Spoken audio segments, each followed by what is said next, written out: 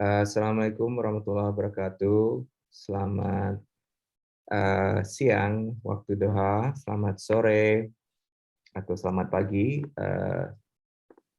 dimanapun kalian berada. Selamat datang di sesi ketiga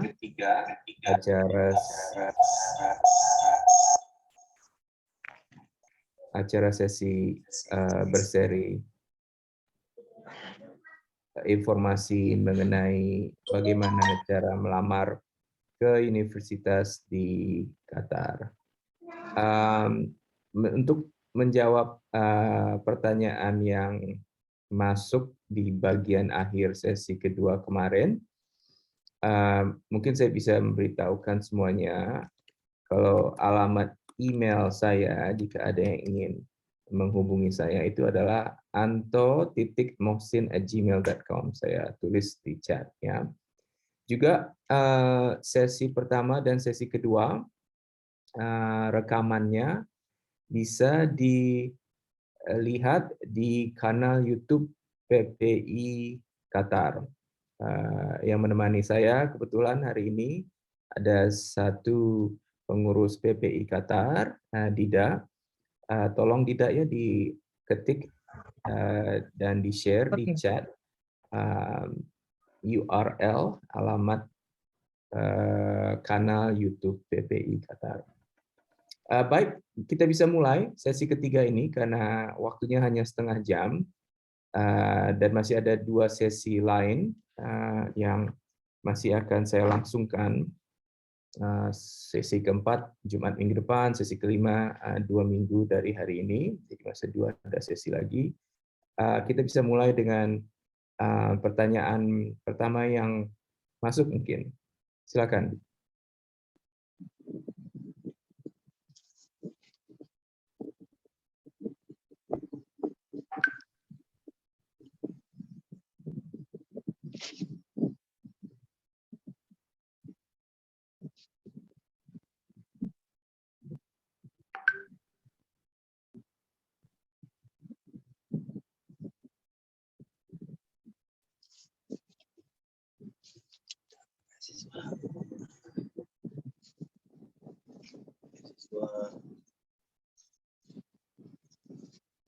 Iya, ada yang ingin bertanya? Silakan.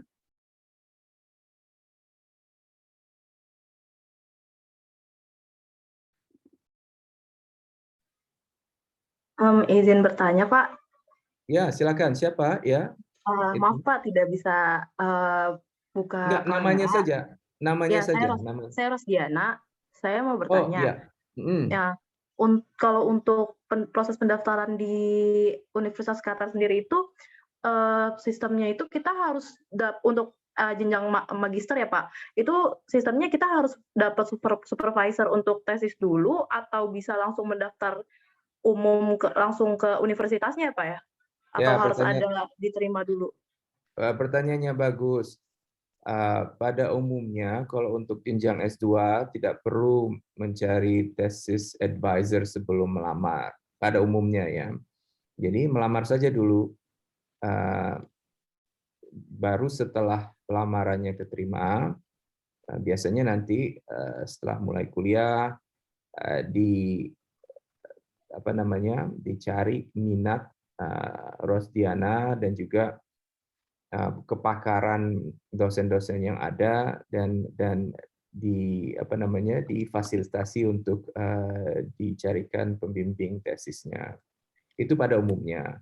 Tapi kalau misalnya sudah dari awal Rosdiana tertarik ingin mendapatkan dosen pembimbing tertentu, tidak ada salahnya untuk menghubungi beliau dari awal di email saja. Bahkan sebelum melamar pun nggak apa-apa. Jadi itu menunjukkan suatu inisiatif yang tinggi, keminatan yang tinggi, ketertarikan yang tinggi untuk belajar di sana. Nah, program S2 di Qatar ini ada di beberapa universitas. Di mana tertariknya Rosdiana untuk kuliah? Ini saya waktu itu sempat tertarik sama ini sih, Pak, HBKU. Saya Ya. kepanjangan sebentar. HBKU itu Iya. kepanjangan dari Hamad bin Khalifa University. Sudah Iya. sudah Oh ya, Hamad mengunjungi bin situs Khalifa. sudah mengunjungi Sudah. situs Hamad bin Khalifa University. Sudah, Coba Pak. Ini saya saya. share.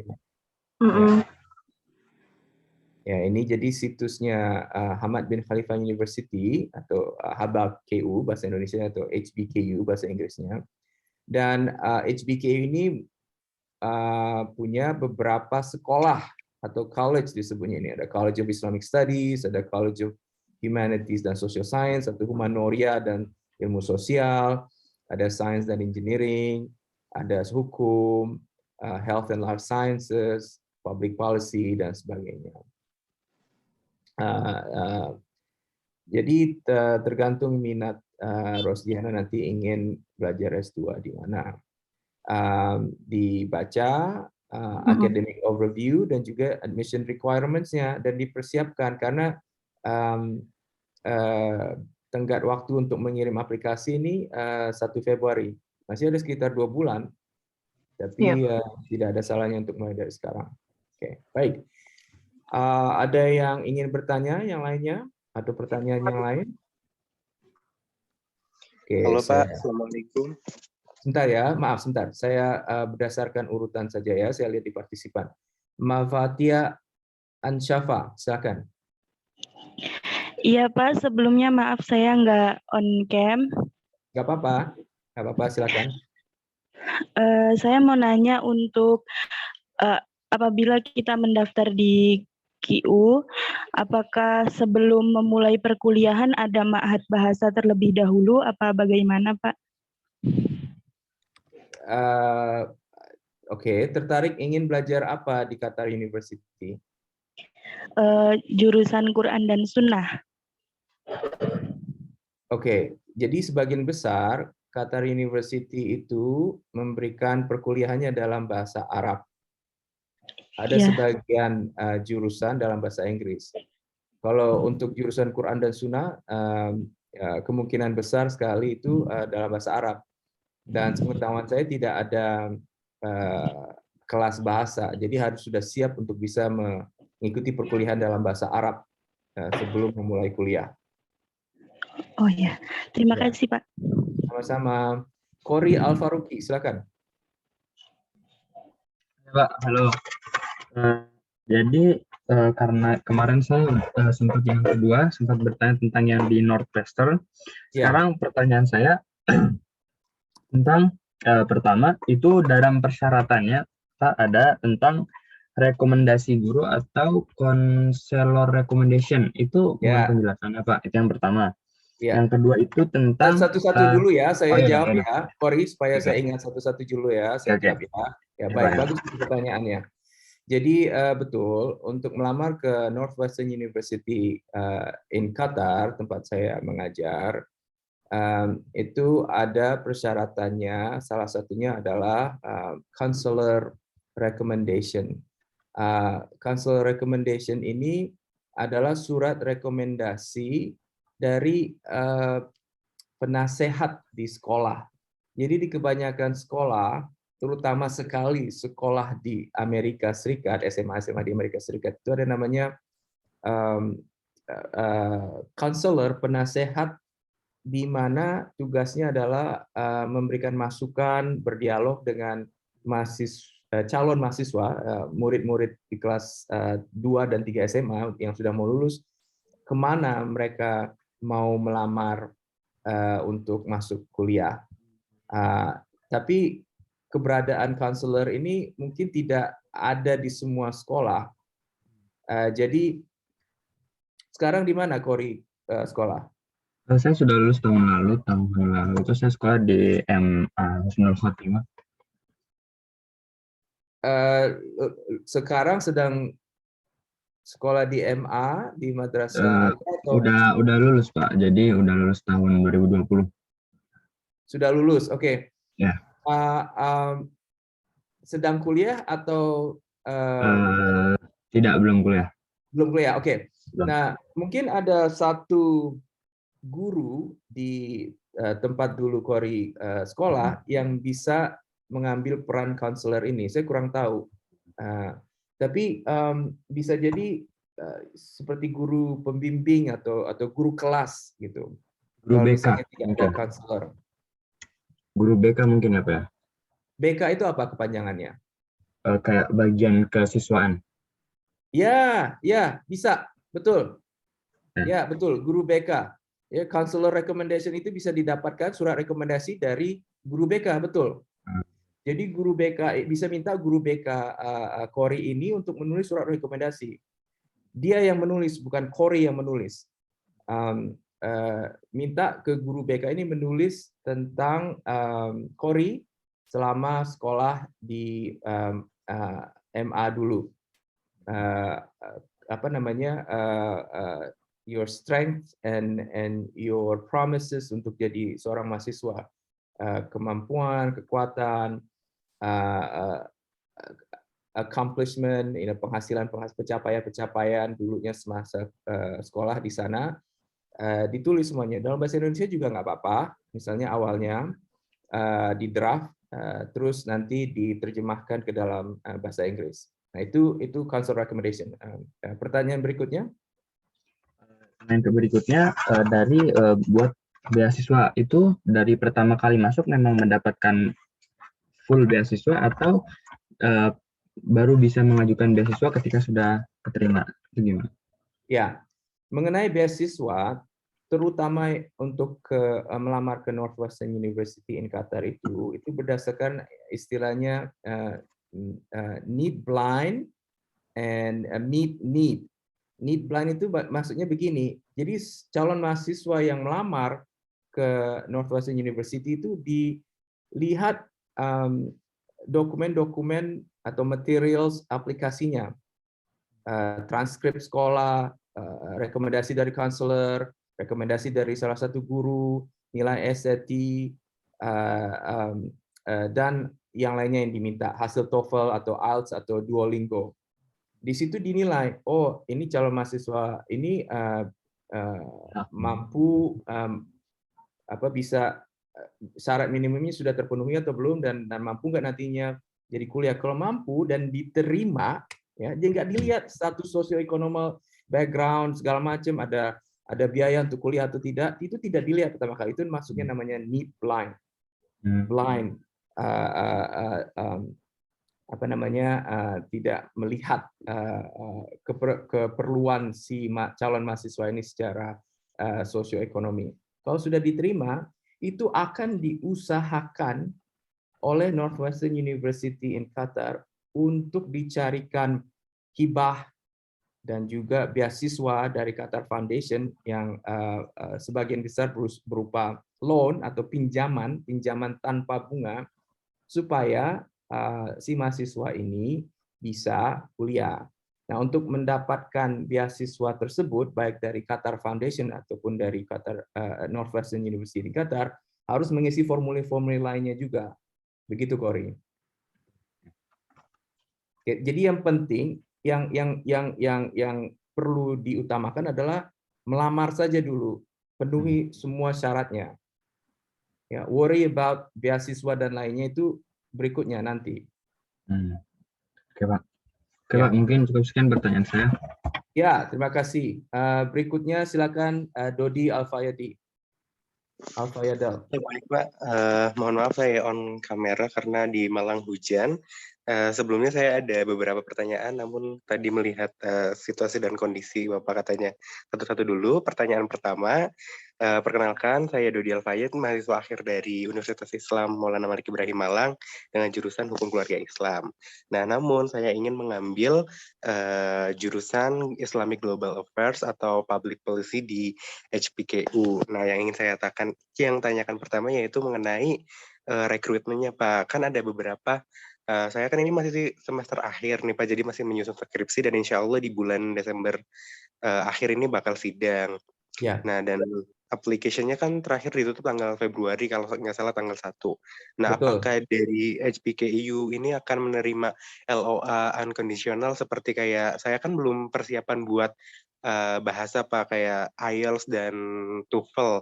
Nah, sedangkan yang diminta di di rekrutmen itu ada IELTS atau TOEFL IBT. Sedangkan saya belum pernah belajar TOEFL IBT. Apakah seperti TOEFL ITP itu dapat diterima atau gimana? Atau Duolingo juga mungkin bisa diterima karena lebih cheap dibanding si IELTS atau TOEFL IBT itu. Terima kasih Pak, itu pertanyaan pertama.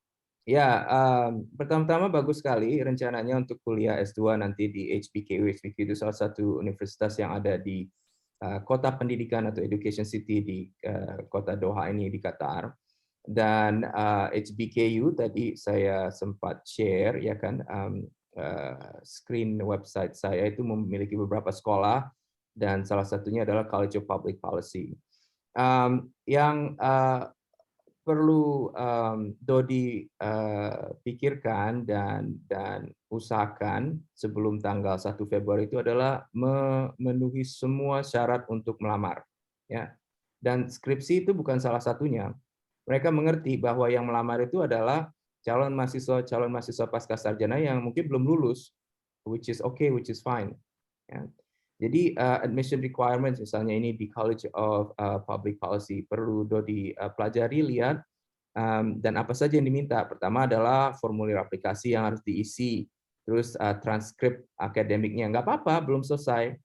It's fine, sampai semester akhir ini, sampai semester ganjil akhir ini juga nggak apa-apa. Terus standardized test result. Jadi perlu harus mengambil TOEFL. Okay. Berapa minimum TOEFL-nya? Di sini tidak disebutkan. Nah, tapi jangan mereka-reka atau menebak-nebak. Layangkan aja surat elektronik email ke mereka. Tanya, saya tertarik, Dear HBKU Admissions. I'm interested in applying to the College of Public Policy or Master's Program. Can you please tell me the minimum requirements of TOEFL, IELTS, and kalau di sini tidak ada Duolingo. Ya, HBKU tidak memberikan opsi pilihan untuk mengambil Duolingo, hanya TOEFL atau IELTS. Terus juga perlu menulis personal statement of interest. Nah, ini penting juga. Minimum 300 kata, maksimum 500 kata. 500 kata untuk menjelaskan kenapa ingin belajar di sana, kenapa ingin kuliah di sana. 500 kata itu tidak banyak. Jadi perlu latihan, perlu waktu untuk menulis draft dan merevisi personal statement ini. Dan saya bersedia membantu. Ya, emailnya tadi email saya sudah taruh di chat ya. Dan yang lainnya. Ya, jadi itu saran saya tadi. Pertanyaan berikutnya apa? Oh iya Pak, nah kemarin juga saya sempat itu nge-send email ke SBKU-nya, nah tapi balasannya suruh melihat di websitenya kembali gitu Pak. Nah saya tuh bingung kan, di situ hanya tertera TOEFL-nya saja gitu, tidak ada jenis TOEFL ITP atau IBT-nya gitu. Tapi kalau TOEFL ITP insya Allah saya sudah siap dengan skor yang udah tersedia gitu. Nah apakah itu diperbolehkan seperti itu sih Pak?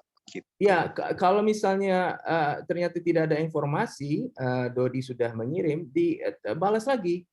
Terima kasih, thank you for your reply. But I cannot find the information I'm looking for.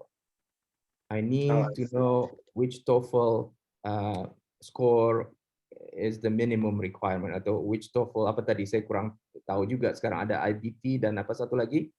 IBT Pak, yang jadi kayak sistemnya IELTS. Gitu, mirip-mirip. Ya, jadi jangan putus asa kalau sudah dibalas emailnya tapi belum dapat informasinya, kirim lagi. Oke? Ya. Oke, Pak. Baik, untuk pertanyaan selanjutnya yang kedua belum, Pak. Yang mengenai Northwestern University ini. Nah, saya juga tertarik mengambil di bagian social work. Cuman tadi lihat di websitenya Northwestern University yang postgraduate programnya itu adanya social impact ya Pak. Nah kalau apakah mirip-mirip gitu Pak admission-nya? Soalnya saya lihat di websitenya juga di Northwestern University ini kan kita harus ada fee admission-nya juga ya Pak sebelumnya kalau boleh tahu. Betul, untuk mengirim lamaran ada biayanya. Tapi untuk S2 hanya ada sports administration di Northwestern University in Qatar. Saya kurang tahu yang tadi Dodi bilang mengenai social work itu. Social impact, Pak. S2 Social Impact. Tadi aku sempat baca ada Social Impact. Postgraduate. Oke, bisa share ininya, websitenya, karena setahu saya master hanya ada satu di NUQ. Oh. Ya, jadi saya kurang tahu apa yang maksud Dodi mengenai social impact itu. Mungkin bagian dari deskripsi program tertentu. Oke, baik. Kita ke penanya berikutnya. Zaklul Shah. Ya, Pak Anto, saya mau menanyakan, saya orang tua, sebenarnya anak saya mau rencana tahun depan mau coba ke Qatar University. Jadi Ya, baik, syaratnya ada disebutkan tentang pas foto, ukuran paspor. Mungkin ini agak teknis, tapi saya kurang jelas itu maksudnya apa ya, Pak ya? Apa ukuran? Oke.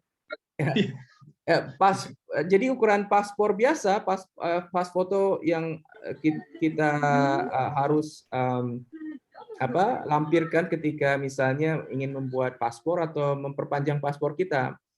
Gini aja, mudahnya saran saya Pak Zaklul, dicetak itu halaman yang menulis perlu foto ukuran paspor dan dibawa ke salah satu tempat ambil foto yang ada di Doha ini, di mana saja. Mereka tahu ukurannya itu berapa. Ditunjukkan saja, saya perlu mengambil foto anak saya ukuran paspor yang tertera di situs Qatar University. Berapa ukuran paspor yang dimaksud? Mungkin ukuran paspor Qatar. Yang saya pikir ini mungkin ukuran paspor Qatar. Tapi ini Pak Zaklul Shah bisa menanyakan langsung. Jadi mana ini dia ya emailnya? Saya tulis di chat ya. Ya Pak. Ya, saya share screen. Jadi di setiap situs universitas yang ada di Qatar ini ada alamat email yang kita bisa kirim email. Ini di Qatar University misalnya info@qu.edu.qatar atau langsung telepon. Saya ingin menanyakan ukuran paspor yang dimaksud itu berapa ya ukurannya, berapa sentimeter kali berapa sentimeter. Baik, Pak. Ya, mudah-mudahan bisa mendapatkan jawaban. Cat dari PPI Qatar itu ukurannya Pak mungkin ya Pak. Ya, ukurannya. 3,4. Iya, berapa sentimeter kali berapa sentimeter. Ini juga ada satu lagi email yang Bapak bisa kirim, studentrecruitment@q.edu.qatar. Dan bisa juga nanti tanya ke akun Instagram PPI Qatar. Ada beberapa mahasiswa kita yang sudah kuliah di sana mungkin bisa membantu. Baik Pak, terima kasih Pak Anto. Sama-sama, semoga ya lancar dan sukses rencana melamar ke QU. Aisyah Nurbaiti, silakan. Ya baik Pak. Assalamualaikum warahmatullahi wabarakatuh. Waalaikumsalam warahmatullahi wabarakatuh.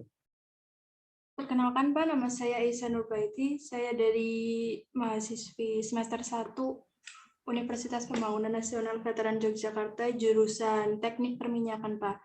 Jadi saya ada niatan untuk melanjutkan S2 di Qatar. Ya. Jadi saya ingin bertanya Pak, rekomendasi universitas yang cocok yang membuka magister itu untuk petroleum engineering, universitas mana ya Pak? Sama yang kedua, untuk mendapatkan beasiswa itu alurnya bagaimana ya Pak? Atau mendaftar ke universitasnya dulu atau mendaftar beasiswanya dulu ya Pak? Patangnya. Oke. Jadi ada satu universitas di Qatar ini namanya Texas A&M University. Belilah, ya. 300. Okay. Ada satu universitas di Qatar ini namanya Texas A&M University in Qatar. Ini dia. Texas A&M University in Qatar ini menawarkan beberapa jurusan. Ini programnya, teknik kimia, teknik listrik dan komputer, teknik mesin, teknik petroleum, dan ini program-program penunjang. Nah, kalau untuk master di Texas A&M University in Qatar ini, setahu saya terbatas. Jadi kalau misalnya Nurbaiti tadi ingin meneruskan S2 Petroleum Engineering, itu tidak bisa karena S2 yang ditawarkan di sini hanya teknik kimia. Untuk kuliah di Qatar University, mungkin ada S2 Petroleum Engineering, tetapi harus dilihat apakah perkuliahannya bahasa Arab atau tidak. Saya sarankan Betty coba lihat dan pelajari situs Qatar University dulu, terutama College of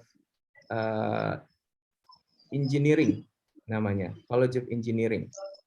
Ya, saya ketik di chat ininya informasinya. Jadi ada program S1 dan program S2. Nah, program S2 di sini kita bisa lihat tidak ada juga petroleum engineering, tapi ada program-program yang lain. Okay. Semoga itu membantu. Silakan Aka Putri. Berarti, maaf Pak, berarti untuk di Qatar belum ada magister yang untuk petroleum engineering, belum ada? Belum. Baik Pak, thank you so much Pak. You're welcome. Aka Putri. Ya. Assalamualaikum warahmatullahi wabarakatuh. Waalaikumsalam. Ya, Pak, ini saya Putri, saya S2 saya dari Pendidikan Umum dan Karakter dari Universitas Pendidikan Indonesia. Yang ingin saya tanyakan, sebetulnya sama pertanyaannya mungkin dengan pertanyaan sebelumnya, meminta rekomendasi Bapak. Kalau saya memiliki rencana untuk doctoral program di Qatar, dengan karena saya memang tertarik di bidang pendidikan begitu. Jadi menurut Bapak rekomendasi universitas mana yang harus saya yang harus saya lebih tahu, dan jalur beasiswanya seperti apa biasanya kalau doktoral? Begitu Pak. Terima kasih. Ya, bisa bahasa Arab, Putri? Enggak Pak, tapi memang basic saya dari S1 saya itu dari sastra Inggris. Enggak, maksud gitu. saya lebih nyaman untuk ikut kuliah bahasa Arab atau bahasa Inggris? Bahasa Inggris. Kalau bahasa Inggris saya sarankan ke ini, melamar ke program S3 HBKU College of Humanities and Social Sciences. Ya, itu alamatnya barusan saya share di chat. Ada satu S3 di Humanities and Social Sciences, dan tadi ketertarikan atau apa yang sedang Putri pelajari ini cocok sekali. Dan saya tahu pernah dengar dari beberapa teman yang pernah melamar ke PhD di HBKU ini, kalau keterima diusahakan mendapatkan beasiswa. Ada yang setengah, ada yang dapat seluruhnya, jadi bervariasi. Barangkali Bapak tahu kalau misalnya mendapatkan setengah beasiswanya itu enggak fully funded gitu, itu berapa? Saya tidak tahu, saya tidak punya informasi lengkap. Jadi itu harus dijalani sendiri, Putri. Harus juga menanyakan langsung ke mereka. Tapi untuk menjawab pertanyaan Putri tadi, di mana programnya atau kuliah di mana, salah satunya adalah di HBKU tadi, College of Social Sciences and Humanities. Pak Zaklu masih angkat tangan, ada pertanyaan tambahan Pak? Atau tadi belum? Saya belum turunin, maaf Pak. Oh iya, nggak apa-apa. Nggak apa-apa. Ya, silakan penanya berikutnya, Azhardika Furkansyah Putra. Baik, selamat siang semua. Nama saya Azhardika Furkansyah Putra. Saya seorang murid SMA. Jadi saya ingin bertanya, kebetulan saya ada minat kuliah di Carnegie Mellon University di Qatar. Dan saya ingin bertanya, apa saja persyaratan kuliah di situ dan apakah ada peluang untuk mendapatkan beasiswa atau tidak? Terima kasih. Ya, sudah ini melihat situs Carnegie Mellon University? Barusan melihat, Pak. Oke, jadi ini websitenya ya. Saya ketik alamatnya di chat. Dan ini situs yang memuat informasi tentang bagaimana cara melamar, how to apply, kapan melamarnya, ya. Deadline-nya itu adalah Februari 1. Sebenarnya ada deadline yang sudah lewat, November 1 itu untuk early decision.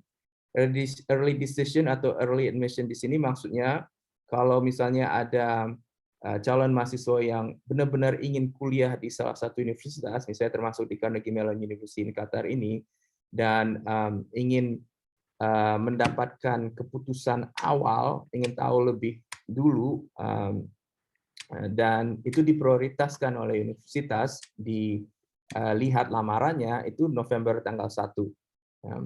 Soalnya early decision ini memberi tahukan universitas bahwa si calon mahasiswa ini tertarik ingin kuliah di sana, dan lamaran mereka diprioritaskan. Tapi nggak apa-apa lewat tanggal itu atau tidak melamar untuk early decision juga nggak masalah.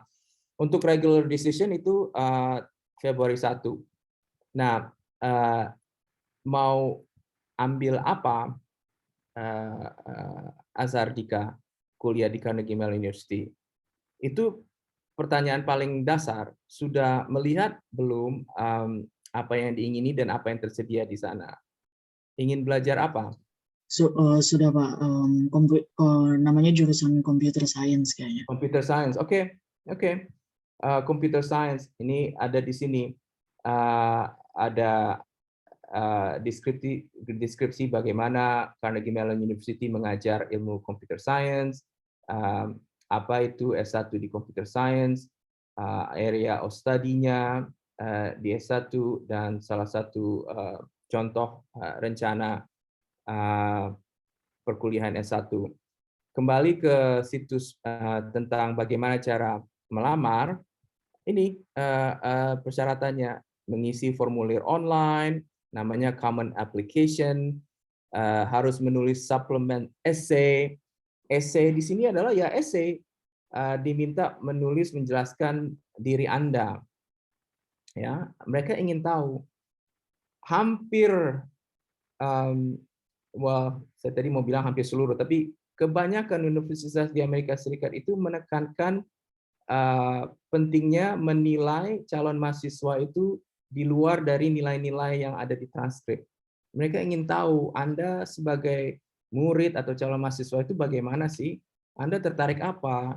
Kenapa ingin kuliah di universitas ini, ngambil jurusan Computer Science? Cerita ke kami. Apa yang menjadi inspirasi Anda? Itu isi essay.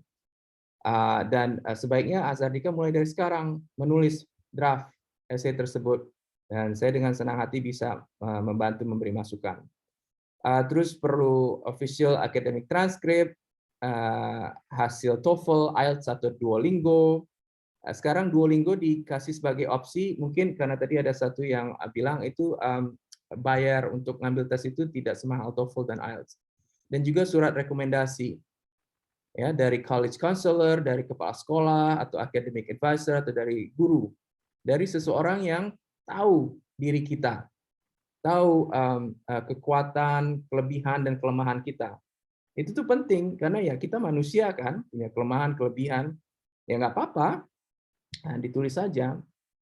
Misalnya surat rekomendasi itu dari seorang yang tahu tentang diri kita, tahu wah Azhardika itu selalu rajin bangun pagi. Dia orangnya tuh paling bisa melaksanakan banyak tugas di pagi hari ketimbang misalnya di siang atau sore hari. Itu kan salah satu sifat kita sebagai manusia. Jadi ya tolong dibaca lagi ya Azhardika. Kalau ada pertanyaan bisa dibawa minggu depan. Yang terakhir, maaf karena sudah jam 1.34, silakan Khairul Rashid. Iya, Bismillah. Perkenalkan Pak Anto, nama saya Khairul Rashid. Jadi saya lulusan pesantren. Nah, saya ada ketertarikan untuk daftar ke Qatar University jurusan syariah.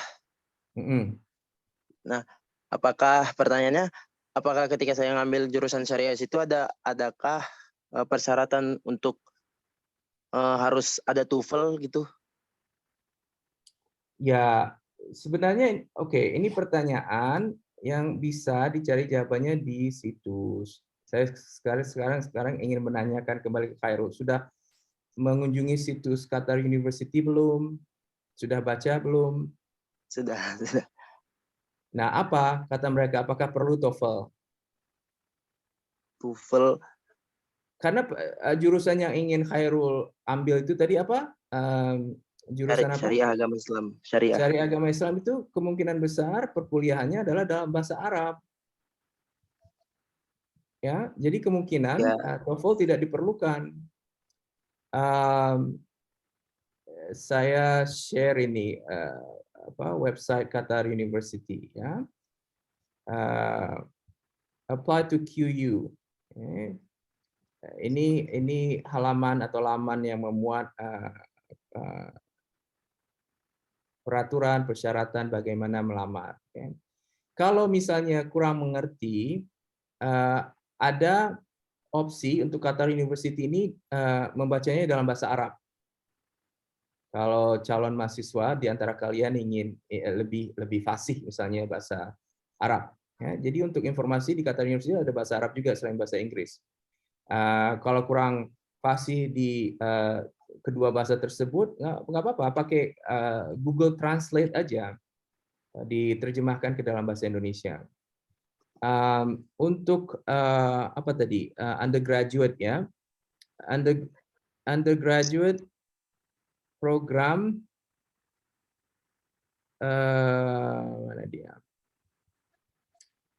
program requirements, College of Sharia and Islamic Studies, ya kan? Yeah. Ini persyaratan umum, ya, berada di top 70% di angkatannya di SMA, yang mengambil di jurusan istilahnya IPTEK, ilmu pengetahuan dan teknologi, nggak apa-apa. Tapi kalau yang di teknologi atau sains nggak apa-apa, di arts and humanities juga nggak apa-apa.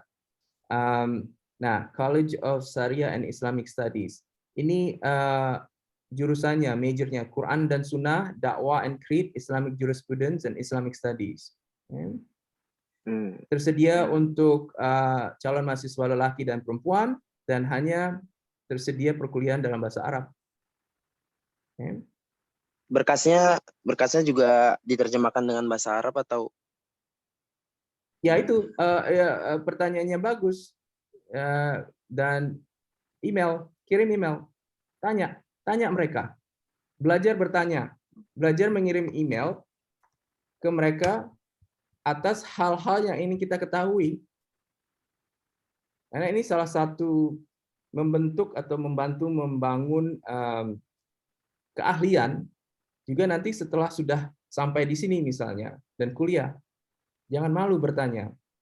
Ya, layangkan saja surat elektronik email ke mereka. Itu tadi saya sudah share. Ada juga tadi sebelumnya alamat email di QU itu.